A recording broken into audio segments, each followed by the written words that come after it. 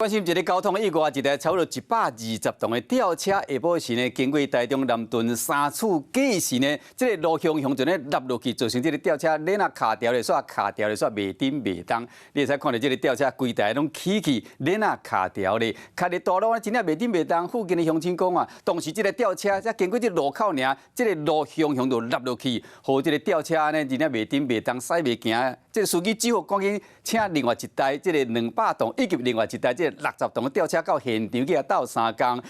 想到这前后呢，甲扭起来看扭会起来无？要么可能是因为这台车本来是有够重，一时之间呢吊袂起来。因为这个路嘛拢歹去啊，后壁下骹这水管可能弄漏水的情形。当然，警方已经请自来水公司到现场，嘛要了解讲这个到底这个管线是安怎破去，破到什么程度？啊是讲本来就已经漏水啊，这地思讲这个路面呢歹去落落去，挡不掉这款重量，来造成交通的意外。